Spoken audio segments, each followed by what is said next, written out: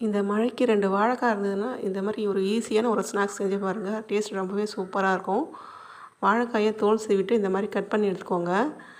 கொஞ்சம் இந்த மாரி சின்ன சின்ன பீஸாக வந்து கட் பண்ணி எடுத்துக்கோங்க. சைஸும் வந்து உங்களுக்கு பெரிய சைஸ், சின்ன சைஸ் எந்த சைஸ் வேணால் கட் பண்ணி எடுத்துக்கோங்க. நான் இந்த மாரி நீள நீளமாக கட் பண்ணி எடுத்துக்கிட்டேன். அடுத்து நம்ம இதை வந்து உப்பு போட்ட தண்ணியில் ஒரு 10 நிமிஷம் அப்படியே ஊற வச்சிடலாம். அப்போ தான் அந்த தோற்பு தன்மை இருக்காது. அடுத்து தண்ணியை வடிச்சிட்டு ஒரு பிளேட்டில் மாற்றிக்கலாம். அளவுகள் டிஸ்கிரிப்ஷனில் கொடுக்குறேன். இப்போ 2 ஸ்பூன் அளவுக்கு அரிசி மாவு, 2 ஸ்பூன் அளவுக்கு கார்ன்ஃப்ளவர் மாவு, 1 ஸ்பூன் ரவை சேர்த்துட்டு கூடவே காரத்துக்கு தகுந்த மாதிரி தனி மிளகாய் தூள் சேர்த்துக்கோங்க. நான் 1 டீஸ்பூன் சேர்த்துக்கிறேன். 1/2 டீஸ்பூன் வந்து கரம் மசாலா தூள், தேவைக்கேற்ப உப்பு சேர்த்துக்கோங்க. சேர்த்துட்டு எல்லாத்தையும் நல்லா கலந்து விட்டுக்கோங்க. அதுக்கடுத்து நம்ம கட் பண்ணி வச்சுருக்க அந்த வாழைக்காயை அந்த மாவில் இந்த மாதிரி நல்லா பரட்டி விட்டுக்கோங்க. தண்ணி வந்து தெளிக்க தேவையில்ல, லைட்டாக வந்து தெளித்து விட்டிங்கன்னா போதும், ரொம்பலாம் தெளிக்கக்கூடாது. அடுத்து நம்ம ஸ்டவ் ஆன் பண்ணி ஸ்டவ் மேலே ஒரு கடாய் வச்சுட்டு பொரிக்கிறதுக்கு தேவையான அளவுக்கு எண்ணெய் சேர்த்துட்டு அந்த வாழைக்காயை நம்ம எண்ணெயில் போட்டு பொரிச்சு எடுத்தோம் அப்படின்னாக்கா சூப்பரான ஒரு ஈவினிங் ஸ்நாக்ஸ் ரெடி.